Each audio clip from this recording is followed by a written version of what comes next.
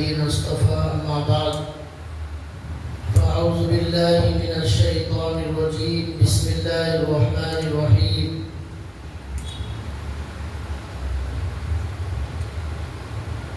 وإذ ابتلى إبراهيم ربه بكلمات فأتمهن قال إني جاعلك للناس إماما قال ومن ذريتي قال لا ينال عهد الظالمين رب اشرح لي صدري ويسر لي أمري واحلل عقدة من لساني يفقهوا قولي سبحانك لا علم لنا إلا ما علمتنا إنك أنت العليم الحكيم اللهم صل على محمد في أول كلامنا اللهم صل على محمد في أوسط كلامنا اللهم صل على محمد في آخر كلامنا صدق اللہ العظیم.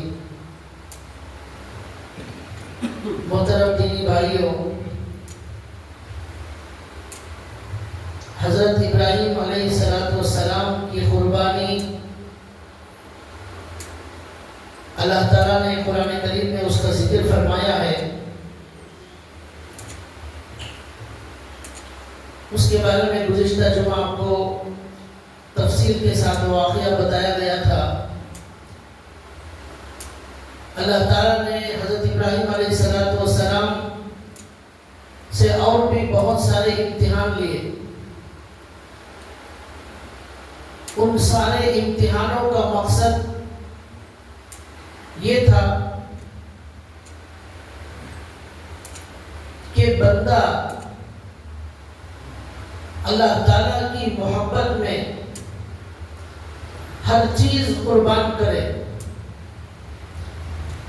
جانور کی جو قربانی دی جاتی ہے اس قربانی کا مقصد اور اس قربانی کی حقیقت اور اس قربانی کی روح یہ ہے کہ آدمی کے اندر یہ جذبہ پیدا ہو کہ اللہ تعالیٰ نے حضرت ابراہیم علیہ السلام کی قربانی کے واقعے سے اور ان کی زندگی کے اندر بہت سارے جو واقعات پیش آئے ان واقعات کے ذریعے ہمیں یہ سبق سکھایا ہے کہ زندگی میں ہر موڑ پر تمہارا بھی امتحان لیا جائے گا، تمہاری بھی آزمائش کی جائے گی اور تمہیں اللہ کی محبت میں قربانی دینا پڑے گا.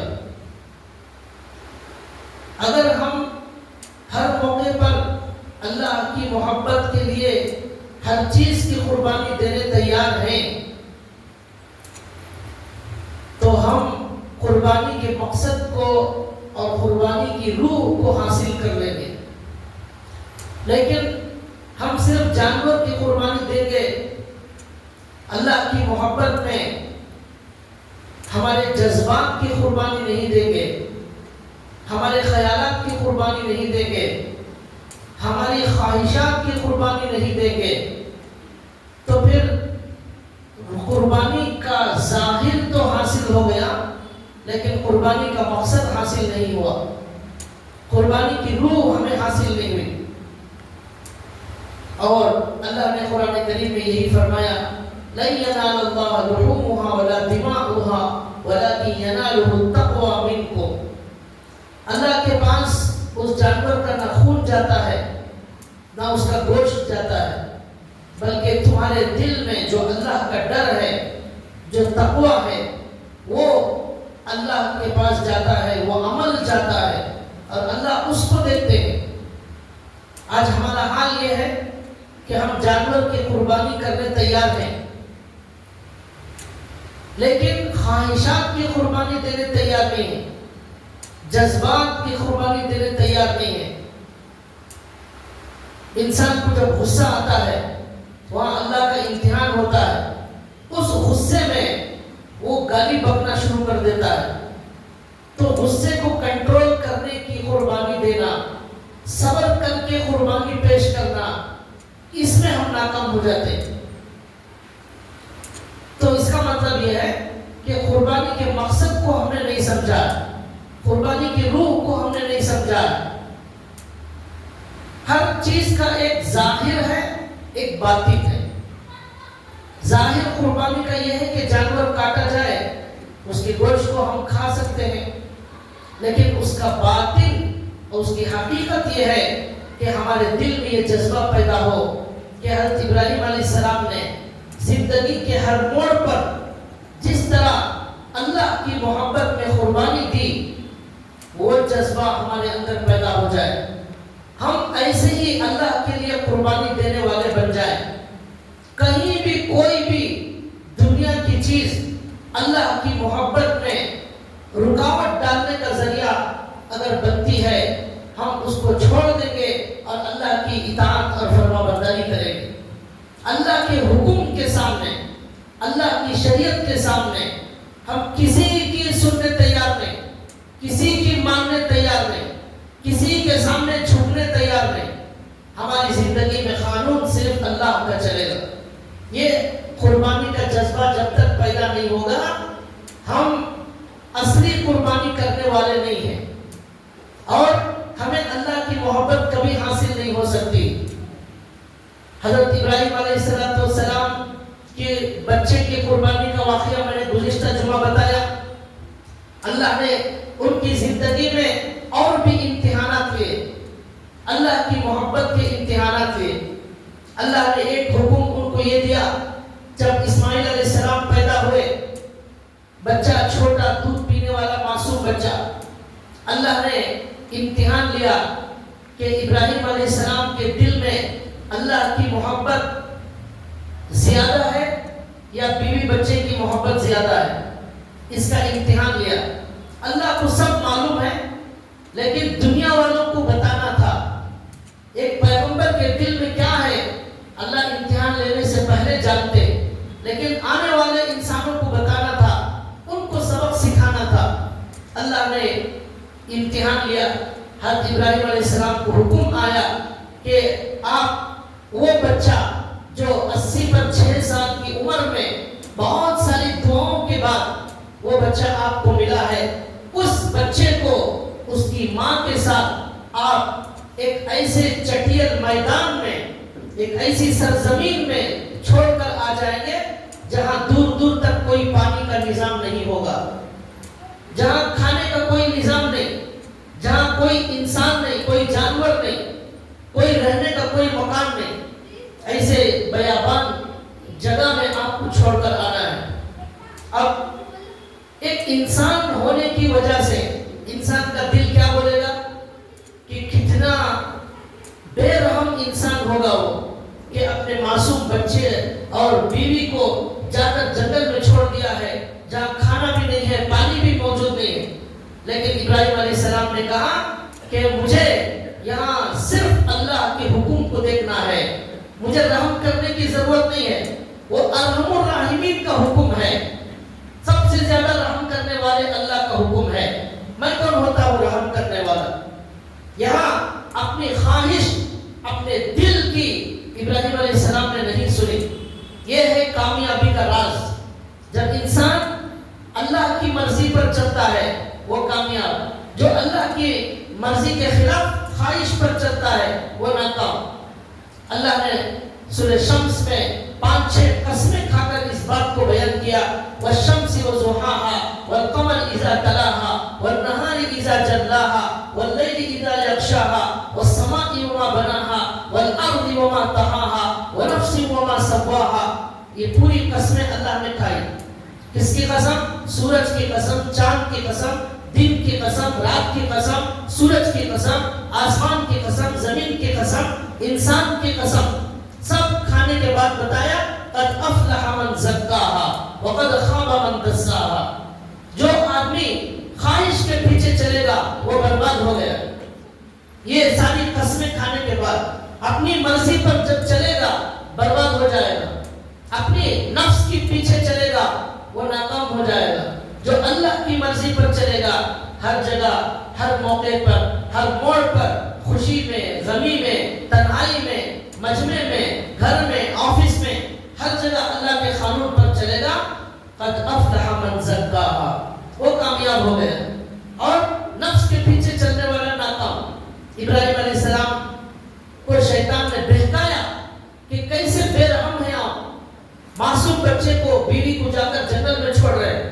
انہوں نے کہا مجھے یہاں صرف اللہ کے حکم کو دیکھنا ہے، میرے دل اور جذبات اور خواہش اور رحم کو نہیں دیکھنا ہے. چنانچہ حضرت جبریل علیہ السلام کے ساتھ حضرت ابراہیم علیہ السلام نکلے.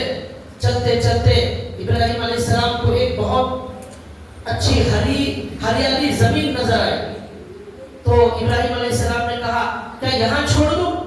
حضرت جبریل نے کہا نہیں، اور آگے چلا. اور آگے چلتے گئے ایک ایسا میدان آیا جہاں آج مکہ المکرمہ موجود ہے. اس وقت وہاں مکے میں کوئی عمارت موجود نہیں تھی. اس کے پلر اندر موجود تھے لیکن اوپر کوئی عمارت موجود نہیں تھی. کوئی مکان موجود نہیں، کوئی گھر نہیں، کوئی انسان نہیں، کوئی جانور، پانی نہیں، کچھ نہیں. حضرت جبریل نے کہا یہاں چھوڑنے کا حکم دیا گیا. اب ابراہیم علیہ السلام بغیر کسی پریشانی کے خوش دلی کے ساتھ اپنے دودھ پیتے بچے اور بیوی کو اس میدان میں چھوڑ کر واپس جانے لگتے. بولتے بھی نہیں ہیں کہ میں کیوں چھوڑ رہا ہوں، کچھ نہیں بولتے. بیوی بچے کو چھوڑ کر واپس جا رہے. بیوی نے پکار کر کہا آپ ہمیں کیوں چھوڑ رہے ہیں؟ یہاں کھانے کا کوئی نظام نہیں، یہاں پانی نہیں، یہاں کوئی انسان نہیں. پتہ نہیں کب کون سا جانور آ جائے، کوئی دشمن آ جائے، ڈاکو آ جائے. کہاں جا رہے ہیں؟ کوئی جواب نہیں دیا. پھر حضرت حاجرہ نے پوچھا کیا اللہ کا یہی حکم ہے؟ تب انہوں نے جواب دیا جی اللہ کا یہی حکم ہے. اب انہوں نے کہا ان کی بیوی نے کہ اذن لا یزیئنا، اگر اللہ کا یہی حکم ہے تو پھر وہ اللہ ہمیں ہرگز ضائع نہیں کرے گا. یہ یقین پیدا ہوتے ہوتے ہماری زندگی ختم ہو گئی لیکن یہ یقین آج تک پیدا نہیں ہوا. سب کچھ اللہ سے ہونے والا ہے. اللہ کے حکم پر چلنے والا کبھی ناکام نہیں ہوتا، کبھی نامراد نہیں ہوتا. مال خرچ کرو، اللہ کا حکم آتا ہے. شیطان ڈراتا ہے خرچ کریں گے مال ختم ہو جائے گا. اللہ کا وعدہ ہے مال اور بڑھا دیا جائے گا، لیکن وہ یقین پیدا نہیں ہوتا ہمارے اندر. قربانی کرنے لوگ ڈرتے ہیں. سال میں ایک قربانی دینا ہے، اسے بھی 100 بار سوچتے ہیں، 1000 بار مشورے کرتے ہیں. 20,000 کا بکرا نہیں لے سکتے، ایک حصہ 6-7 ہزار کا لینے کے لیے 1000 بار سوچیں گے. اور شیطان الٹے سیدھے خیالات بھی ڈالے گا کہ بکرا دینے کے بجائے غریبوں کی مدد کر دی جائے، بیواؤں کا سہارا بن جائے، کسی کو غریب کو ہم دوا دلا دیں. یہ سب شیطانی خیالات آتے ہیں. یہ سوچنے والے گویا اللہ کو مشورہ دے رہے ہیں قربانی کی کیا ضرورت ہے، اللہ نے ایسا حکم کیوں دیا، یہ 5,000 روپے غریبوں کی مدد کر سکتے ہیں. یہ اللہ کو مشورہ دینے کے برابر ہے. ہم کون ہیں، ہماری حیثیت کیا ہے؟ ایک چھوٹی آ کر آپ کو اگر مشورہ دے کہ آپ ایسا کام نہ کریں، ایسا گھر نہ بنائیں، ایسا بنائیں، آپ ہنسیں گے چوٹی کے اوپر. مچھر آپ کو مشورہ دے کہ آپ ایسا نہ کریں، ایسا کریں، آپ ہنسیں گے مچھر کے اوپر. ہماری حیثیت اللہ کی نظر میں چوٹی اور مچھر سے بھی گئی گزری ہے. ہم اتنے چھوٹے ہیں، اللہ اتنے بڑے ہیں، ہم چوٹی کے برابر بھی نہیں ہیں. ہم مشورہ دیتے ہیں اللہ تعالیٰ کو یہ قربانی کا حکم کیوں ہے، یہ رقم کے بجائے صدقہ کر سکتے ہیں. اور بعض اللہ کو نہ ماننے والے وہ آ کر یوٹیوب میں بیانات دیتے ہیں کہ جانور کو ذبح کرنا بہت بے رحمی کا کام ہے. جانور کو ذبح کرنا بڑے بے رحمی کا کام ہے. تو سوال یہ ہے اگر جانور کو ذبح کرنا بے رحمی ہے تو پھر کسی بھی جانور کو ذبح نہیں کرنا چاہیے. بکری اور بکرا تو خوشی سے کھاتے ہیں، وہاں اس کو ذبح کرنا، اس کا گوشت کھانا، وہاں بے رحمی نظر نہیں آئی. بڑے جانور سے تو وہ بکری بیچاری معصوم بھولی بھالی بکری، یہ گائے بڑا تو یہ سینگ والا مارتا بھی ہے، لات بھی مارتا ہے، سینگ بھی مارتا ہے، لیکن وہ بیچاری بکری معصوم کبھی مارتی بھی نہیں. اور وہ دیکھے تو ہی اس پر رحم آتا ہے، تو وہ بھی نہیں کھانا چاہیے. اور مرغی بیچاری اور معصوم اتنی چھوٹی، اس کو جو ہے کھاتے ہیں، وہاں کوئی نہیں کہتا یہ بے رحمی ہے. لیکن وہ جس جانور کو ماں سمجھتے ہیں یا خدا سمجھتے ہیں وہاں کہتے ہیں یہ مسلمان بڑے بے رحم ہیں.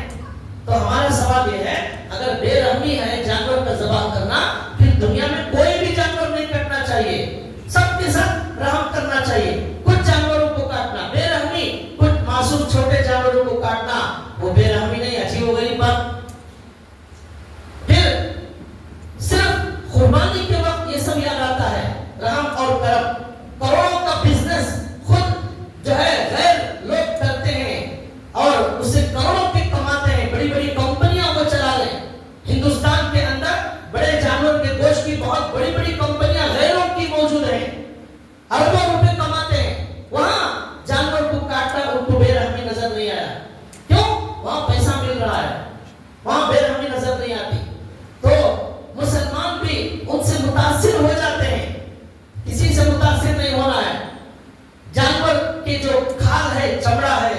اس سے جوتے بناتے ہیں، جوتے بھی نہیں پہننا چاہیے، اس سے بھی جانور کو تکلیف ہوتی ہے، وہاں بھی رحم کرنا چاہیے.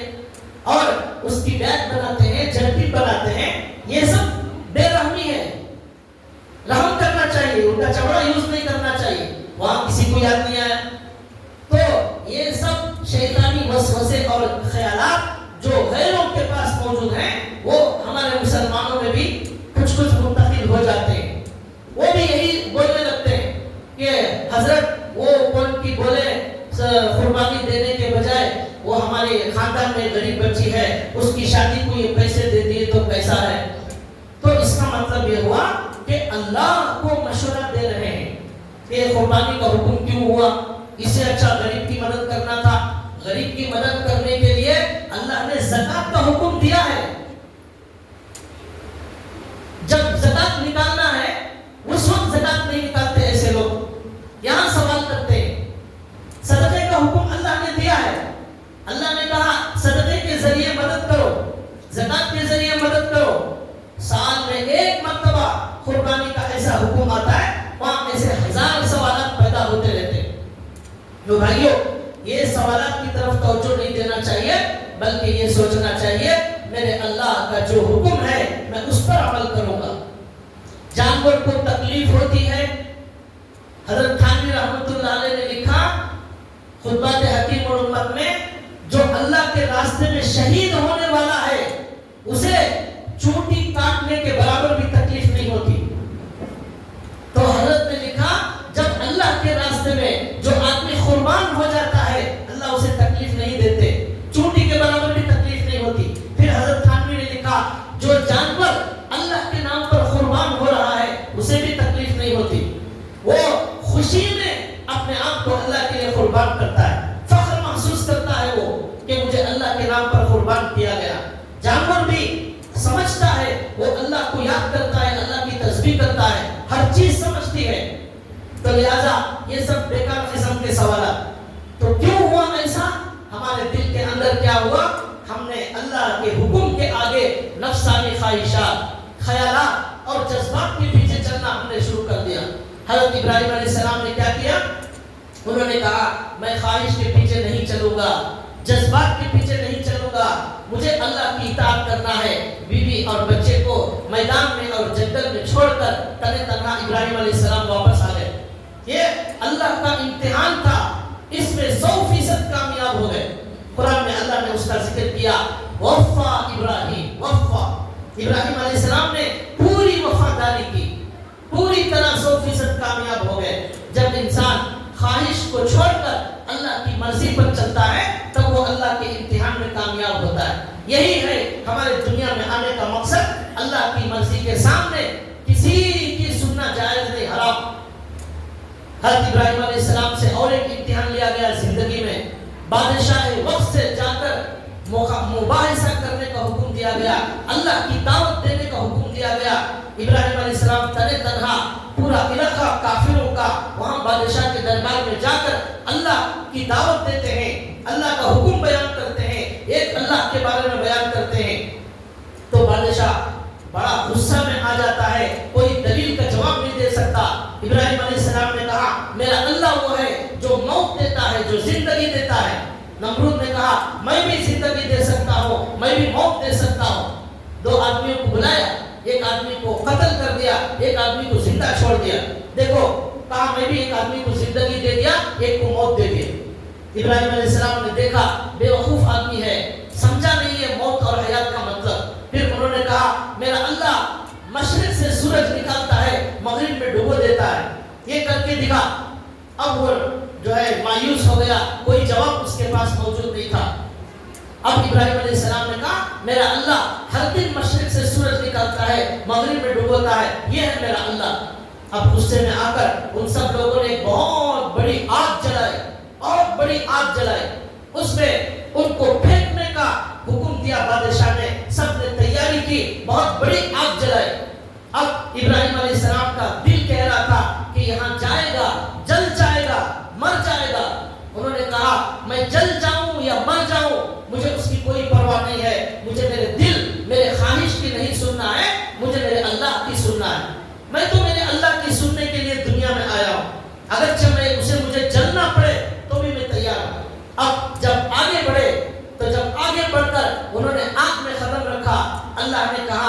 آگ سے قلنا یا نار کونی بردا و سلاما علی ابراہیم.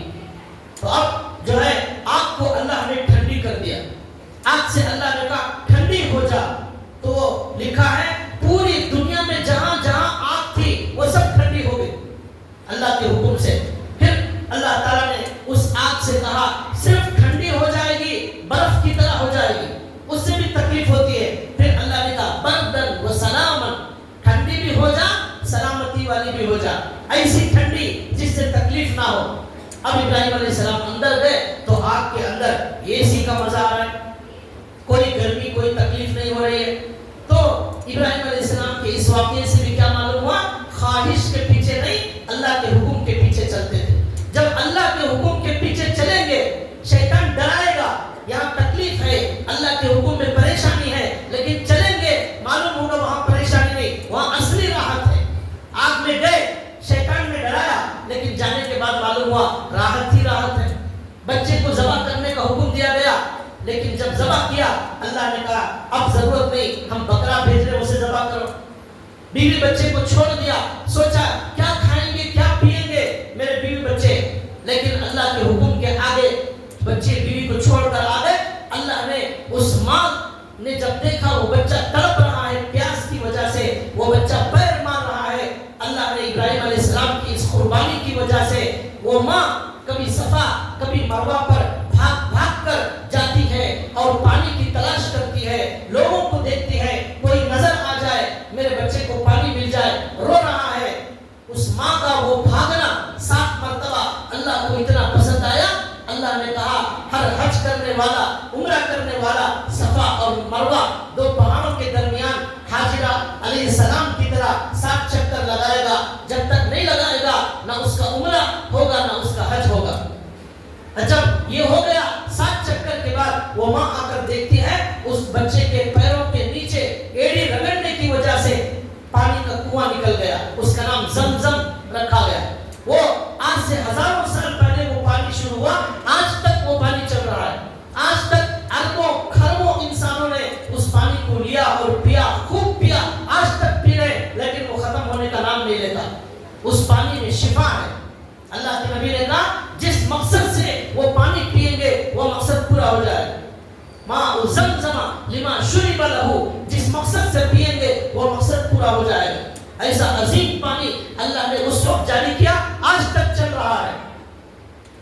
شیطان نے کہا بچہ بھوک سے مر جائے گا, پانی نہیں ملے گا جنگل میں. انہوں نے کہا مجھے میرے دل کی نہیں اللہ کی سننا ہے. جب بندہ اللہ کی سنتا ہے, حرام کے لاکھ روپے آ رہے ہیں اسے بندہ لاکھ مارتا ہے, حلال کے 10,000 روپے آتے ہیں بندہ اسے قبول کرتا ہے.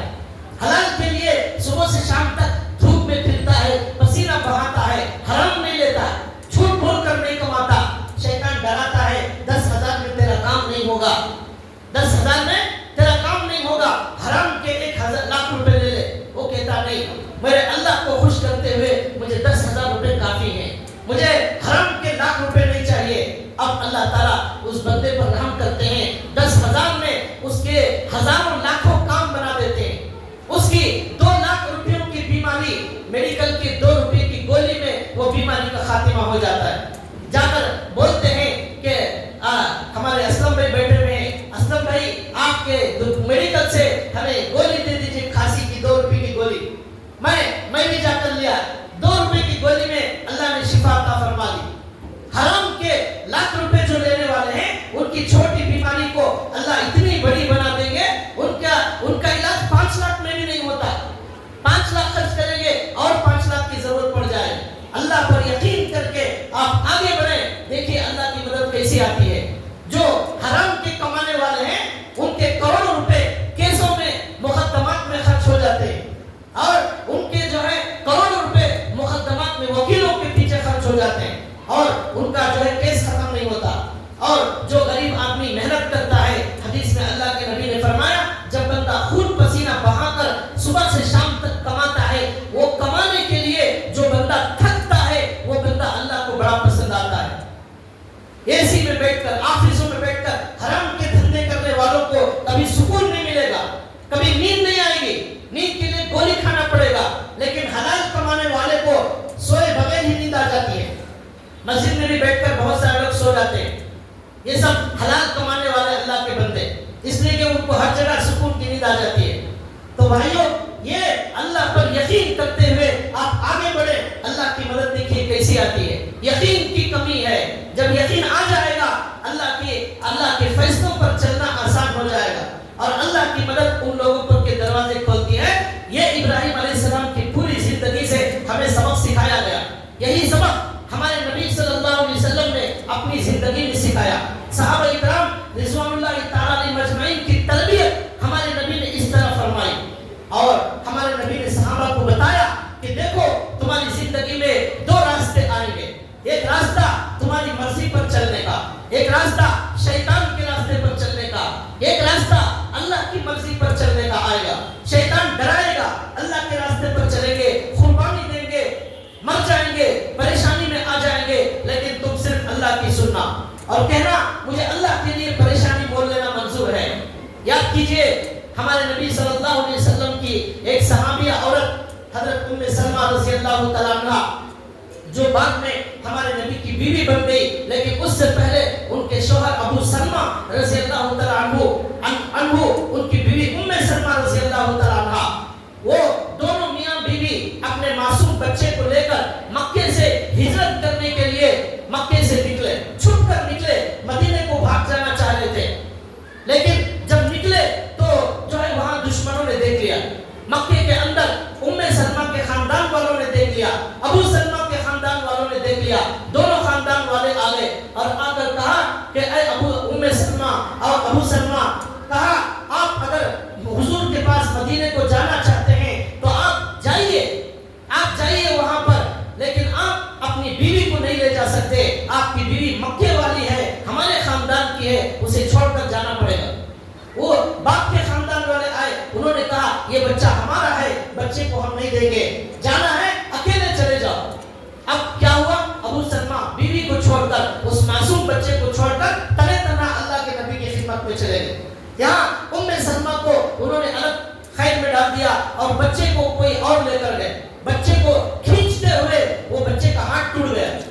اسی حالت میں ابو سلمہ ہمارے نبی کی محبت میں اللہ کے لیے مدینہ منورہ چلے گئے. یہاں ام سلمہ روزانہ صبح میں اٹھتی اور جو جگہ شوہر سے جدائی کی ہوئی تھی، بچے سے جدائی کی ہوئی تھی، وہ جگہ آ کر صبح سے لے کر شام تک روتی شام تک دعا کرتی واپس شام اپنے گھر چلی جاتی. تڑپتی تھی، شوہر کی جدائی کی میں روتی تھی، بچے کے بغیر زندگی گزارتی تھی، کیونکہ ان کے شوہر نے اللہ کے نبی کے لیے بیوی اور بچے کو چھوڑ کر انہوں نے اللہ کے نبی کو قبول کر لیا ہے. یہ ہے ہمارا دین، قربانی چاہتا ہے. جب تک قربانی نہیں دیں گے ہمیں کچھ بھی حاصل نہیں ہوگا. ہم 10 منٹ فجر کے لیے قربانی دینے تیار نہیں ہے. ہم بیوی بچوں کی کیا قربانی دیں گے؟ ہم اللہ کے راستے میں جان کی قربانی کیا دیں گے؟ ہم اللہ کے لیے جو ہے آنکھوں کی قربانی دینے تیار نہیں. جھوٹ سے ہم بچنے کی قربانی دینے ہم تیار نہیں. غصے کو کنٹرول کرنے کی قربانی دینے ہم تیار نہیں. ہم جان کی قربانی کیا دیں گے؟ 1 سال تک ام سلمہ رضی اللہ تعالیٰ عنہ روتی رہی. 1 سال تک اس جگہ میں آتی روتی. 1 سال کے بعد اللہ نے ان کی دعا قبول فرمائی اور ان لوگوں کو رحم آیا. انہوں نے بچے کو ان کو دیا اور ان دونوں کو شوہر کے پاس بھیج دیا. 1 سال تک اس طرح روتی رہی. اس طرح ہماری عورتوں نے اللہ کے لیے قربانی دی. 1 سال کے بعد اب میاں بیوی بچہ آپس میں مدینے میں مل گئے. جب مل گئے اللہ کا اور ایک حکم آیا. کچھ دنوں کے بعد ان کے شوہر جہاد میں گئے اور وہ شہید ہو گئے. اب کچھ دنوں کے بعد شوہر سے ملاقات ہوئی، اب وہ اللہ کو پیارے ہو گئے. اب انہوں نے قربانی دی، اللہ کو ان کی قربانی پسند آئی. اللہ نے کہا اے ام سلمہ، تم نے اپنے شوہر کو کھویا ہے، میں تم کو پوری دنیا میں سب سے اچھا شوہر دینے والا ہوں. چنانچہ ہمارے نبی صلی اللہ علیہ وسلم نے ان کو نکاح کا پیغام بھیجا اور نکاح ہو گیا ام سلمہ رضی اللہ تعالیٰ عنہ سے. نکاح کے بعد ام سلمہ نے کہا میرے شوہر جب زندہ تھے انہوں نے ایک دعا سکھائی تھی اور کہا تھا اے ام سلمہ یہ دعا کرو، اے اللہ مجھے اللہم اجرنی فی مصیبتی، اے اللہ میری مصیبت میں مجھے اجر عطا فرما، واخلف لی خیرا منہا، اور جو مصیبت چلی گئی ہے اس سے بہتر مجھے عطا فرما. یہ میرے شوہر نے سکھایا تھا. میں پڑھتی تھی کہ میرا شوہر چلا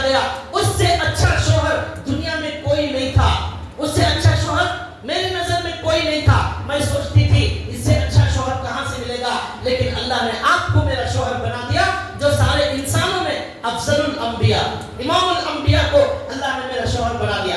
جب بندہ قربانی دیتا ہے اللہ اس کی قربانی ضائع نہیں کرتے، اسے اس سے اچھی چیز عطا فرماتے ہیں. یہ یقین اس واقعے سے ہمیں سکھایا جا رہا ہے. خواہشات کی قربانی دینا اور صرف اللہ کی اطاعت میں اپنی زندگی گزارنا. ایک صحابی کا واقعہ لکھا ہے، ان کی ماں نے کہا کہ تو نے اسلام قبول کر لیا ہے، اگر تجھے تیری ماں چاہیے تو محمد صلی اللہ علیہ وسلم کو چھوڑ دے. اگر تو محمد کو اور دین کو نہیں چھوڑے گا تیری ماں سے اپنا رشتہ ختم کر لے. اور ان کی ماں نے کہا اگر تو اسلام نہیں چھوڑتا میں بھوکی پیاسی رہ کر مر جاؤں گی لیکن میں کھانا نہیں کھاؤں گی. اب ماں بھوک ہڑتال میں بڑھ گئی اور شک کیا ہے، آپ صلی اللہ علیہ وسلم کو چھوڑنا ہے، دین کو چھوڑنا ہے، اسلام کو چھوڑنا ہے.